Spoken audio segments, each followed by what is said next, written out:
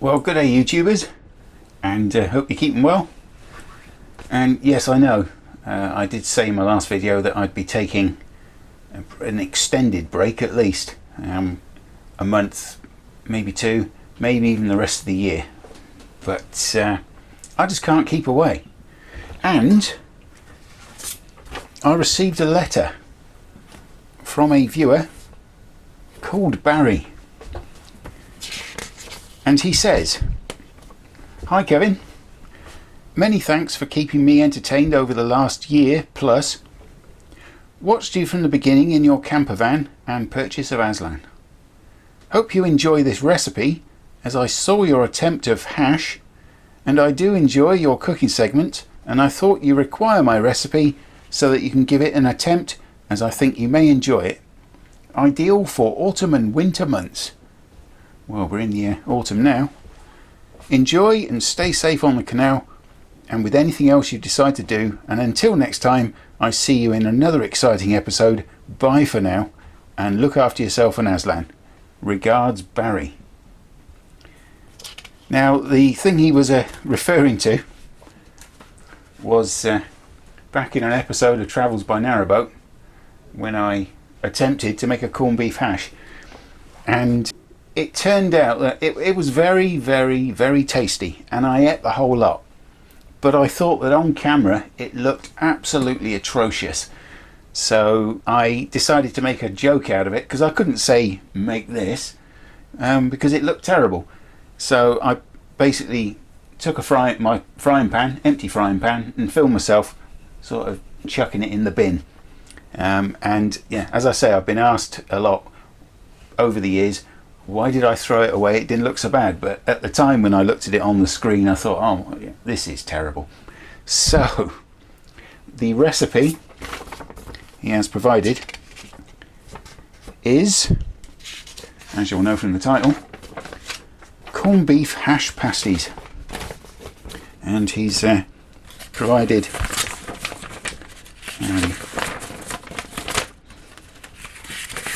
3 pages on his recipe, which is what I'm going to do. I'm going to alter a couple of the cooking methods to suit cooking on the boat, but I'm going to follow this pretty much to the letter. So let's get cracking. For this recipe we will require, quite simply, a tin of corned beef. I've got some Bramwells, which is Aldi's own brand. A large potato, though I'll wait and see once I've peeled it and chopped it up how much of that I'm actually going to use. And an onion, and the same with that, I'll wait and see how much I'm going to use. First things first, I'm going to peel the potato.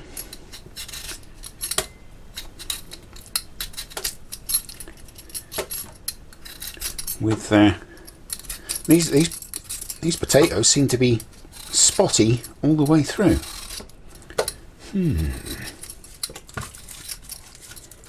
And then we'll chop the onion.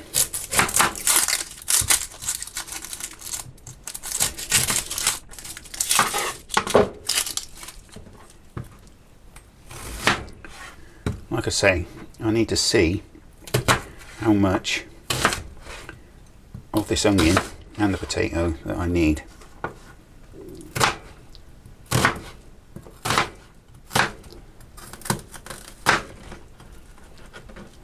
And then the same with the potato. That's the best way to do this. I'll do the same, cubes-ish.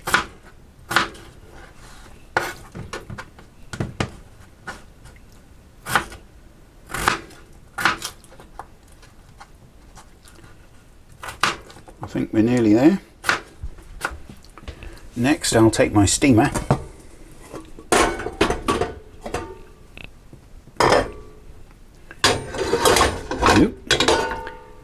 without smashing the lid, and I'm going to pour some water in that I boiled not long ago for a nice cup of tea.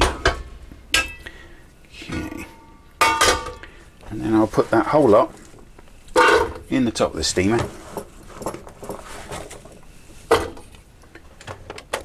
In we go. And we'll light that up.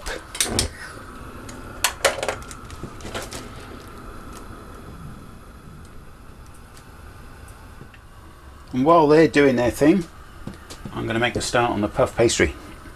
And for that, I require some flour, some butter, some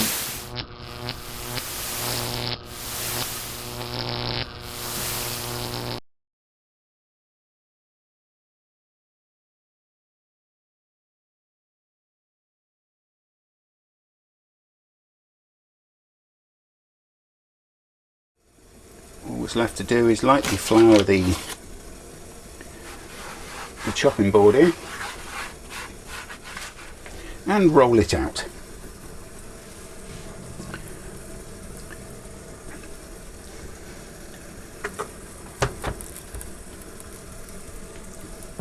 I would say about half an inch thick. Well, having never made puff pastry before, I think it's come out very well. Almost just as good as pre-made.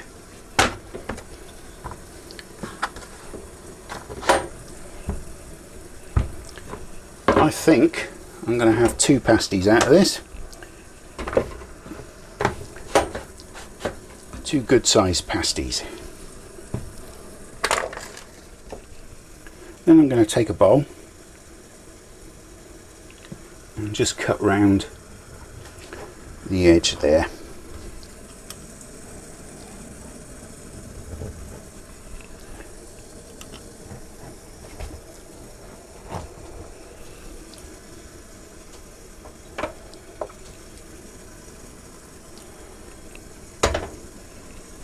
I think actually I might get 3 out of this.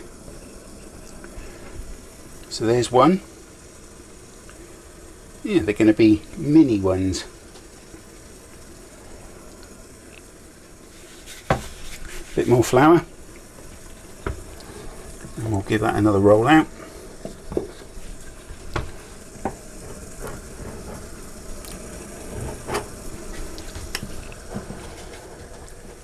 You know what? I'm going to get 4 out of this.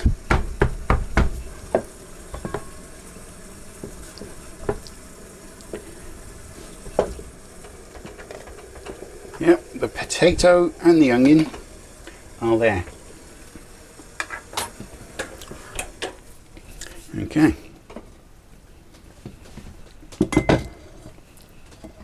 So the next thing I'm going to do is quickly ignite the oven.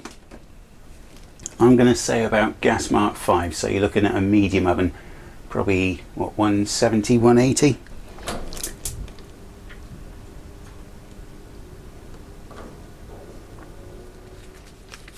I don't have a big enough tray, so I'm going to just lightly butter 2 trays.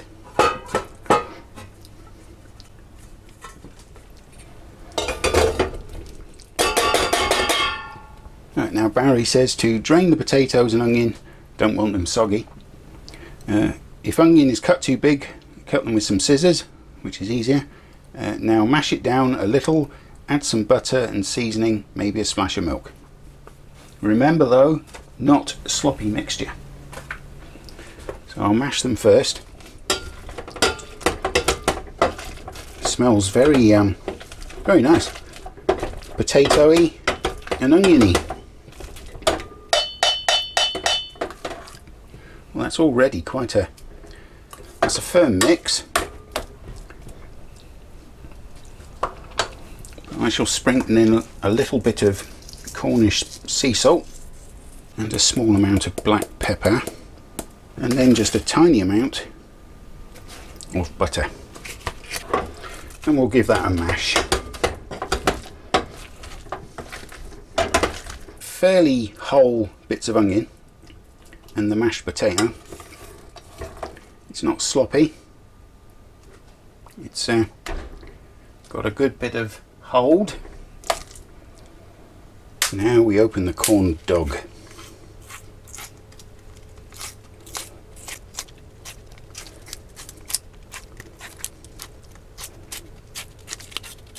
Very carefully.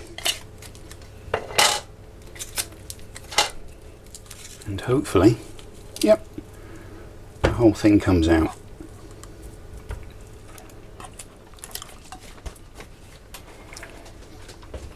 Then Barry says to cut up the corned beef into sort of chunks.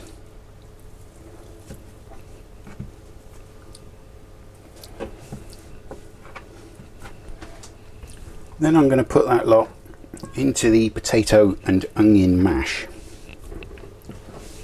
Then Barry says to mash it lightly and incorporate it into the mixture. So let's just give that a little mix in.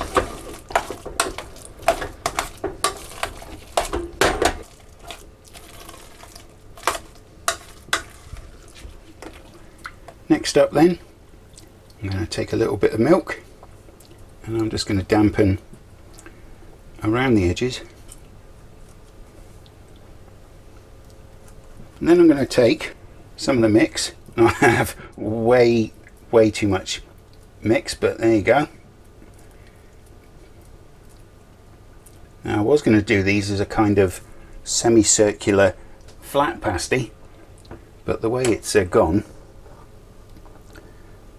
they're going to be more of an upright Cornish pasty. And I think actually I've put too much mix in the pasty.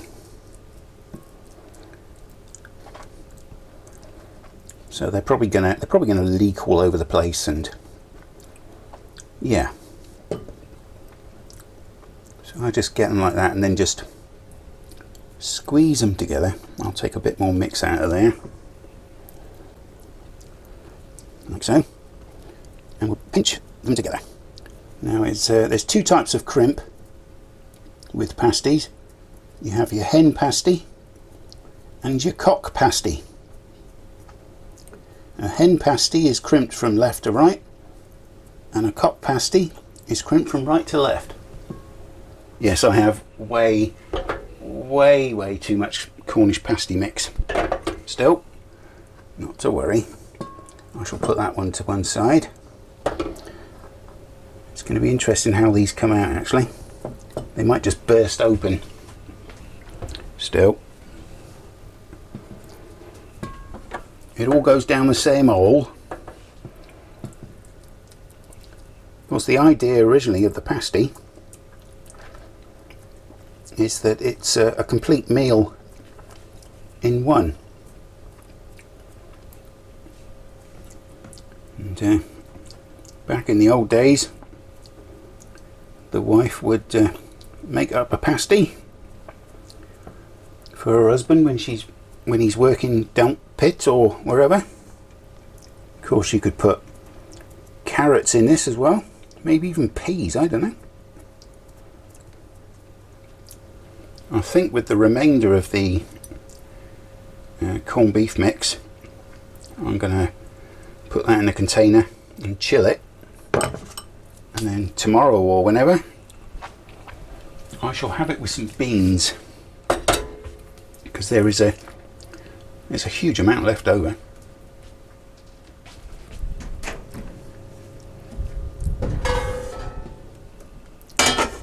My tins are nicely warmed up, so I'm just going to brush a bit of milk on the outside,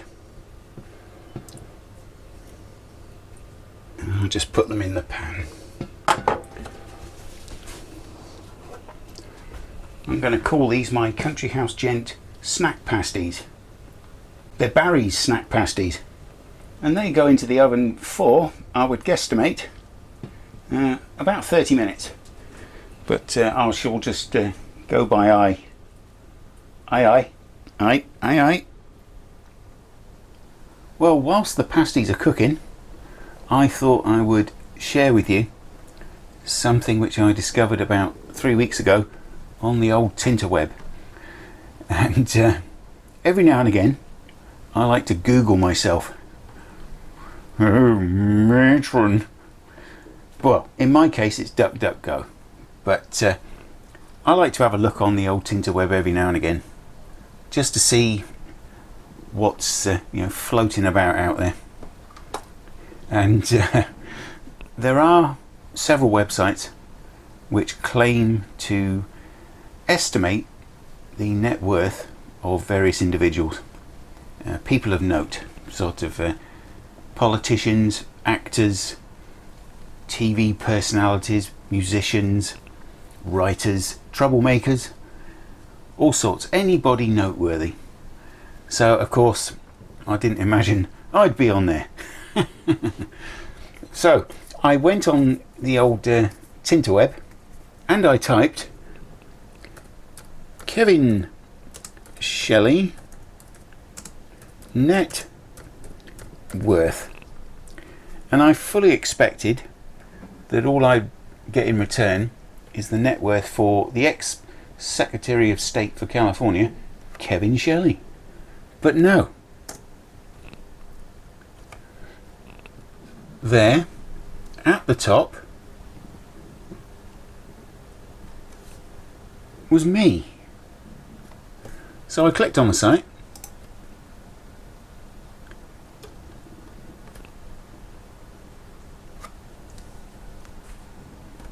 and just to show it is me, I'll open that image in a new tab and zoom in. There's me. Now that picture was taken it is 4 years ago, 2017, about this time of year, maybe October, and I was moored up on the Leeds and Liverpool, no, the Trent and Mersey Canal, about a mile before Preston Brook Tunnel, which takes you onto the Bridgewater Canal, and I filmed the introduction to my Narrowboat Christmas special there, or episode 1 season 3 on Amazon Prime, if you've seen it there.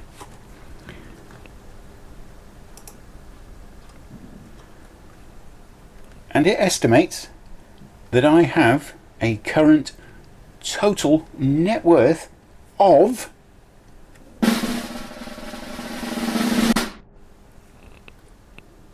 $157 million.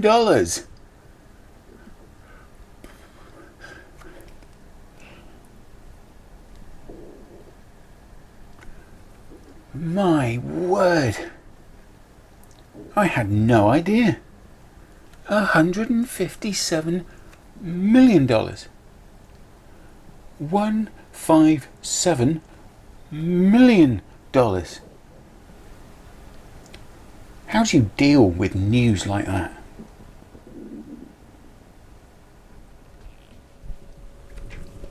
Well, it's been half an hour.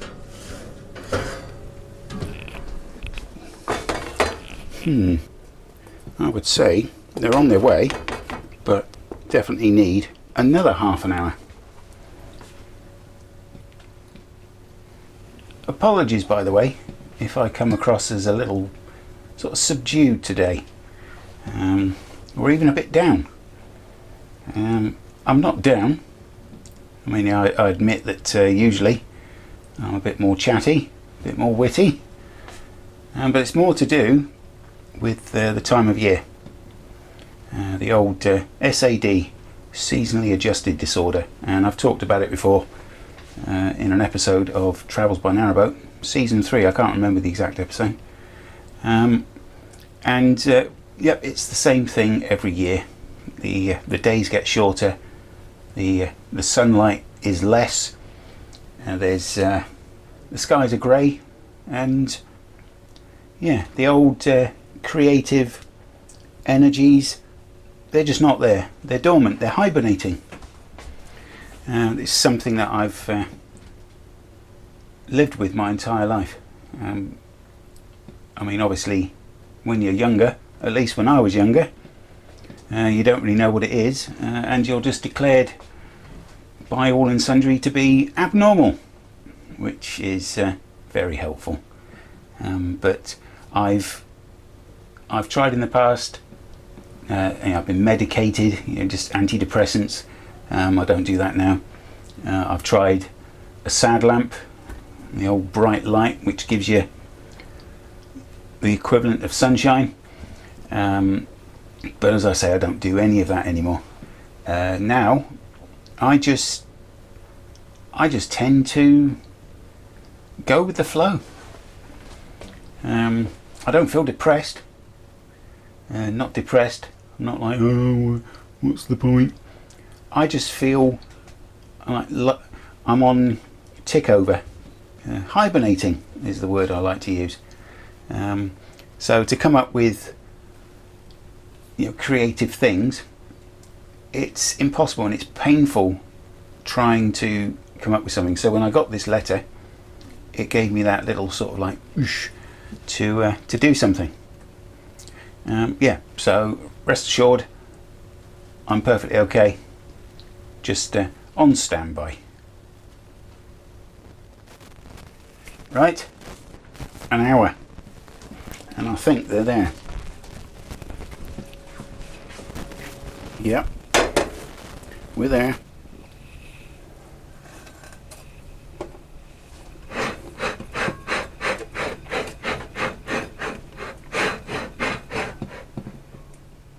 Okie dokie. Well, it's there, and it's nicely cooked underneath. So let's oh, hear the crunch.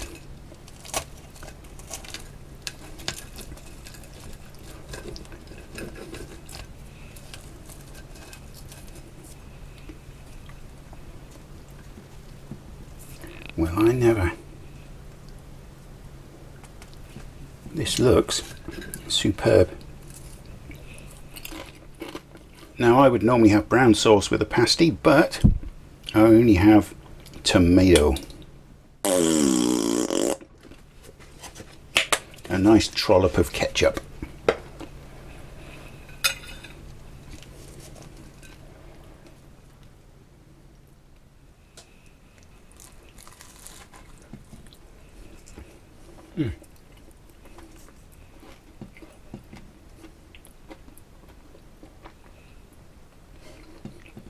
Definitely cooked. Burnt my finger. Wow.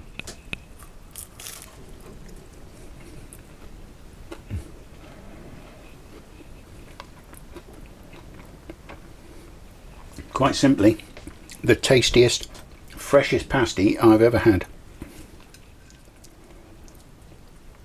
Barry, you are a saint. You must have known that I needed something to give me some drive and something delicious.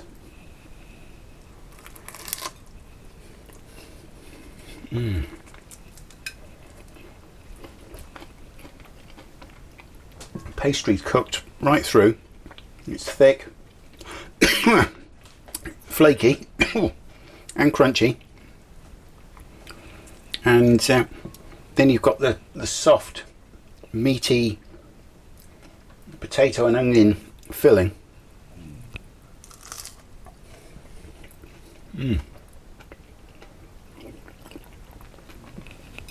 Perfect combination of flavours. Thank you very much, Barry, and thank you to all of you for watching.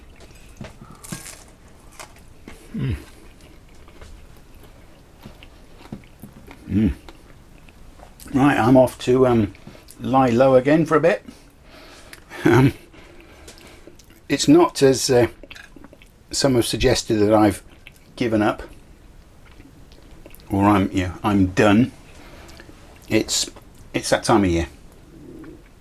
Not a lot I can do about it. It's easy when you're travelling along the canals like I was in season 3 of Travels by Narrowboat, because everything was there in front of me. It was all coming towards me, and